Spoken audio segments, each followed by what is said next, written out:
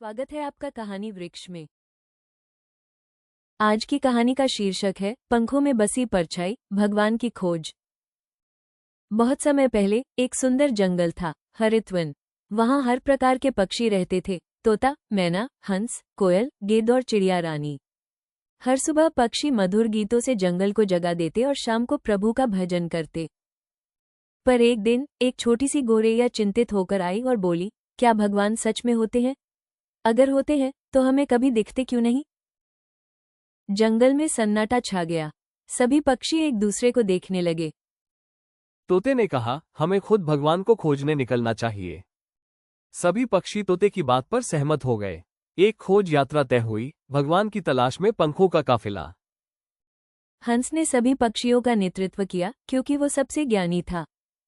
कोयल ने सभी पक्षियों को गीत सुनाकर उनका रास्ता मधुर बनाया।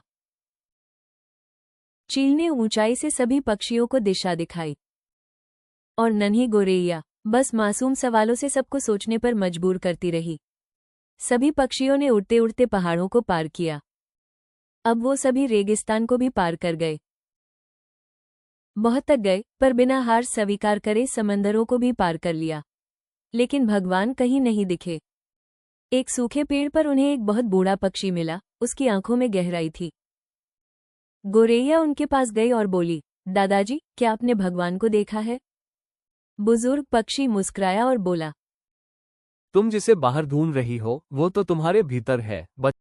सभी पक्षी बूढ़े दादाजी की बात सुनकर हैरान रह गए।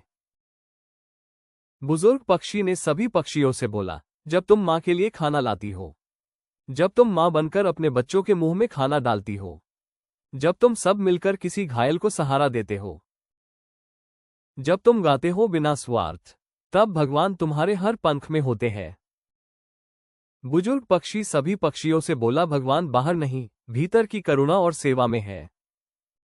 दादाजी का जवाब सुनकर गोरैया की आंखों में आंसू थे। उसने कहा, तो हमें भगवान को देखने के लिए सिर्फ अच्छा बनना है?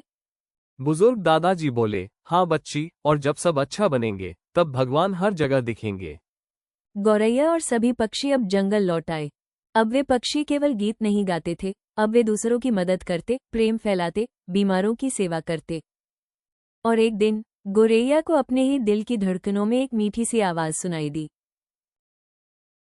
मैं तो तुम्हारे ही भीतर हूं, तुम मुझे कहाँ ढूंढ रही हो?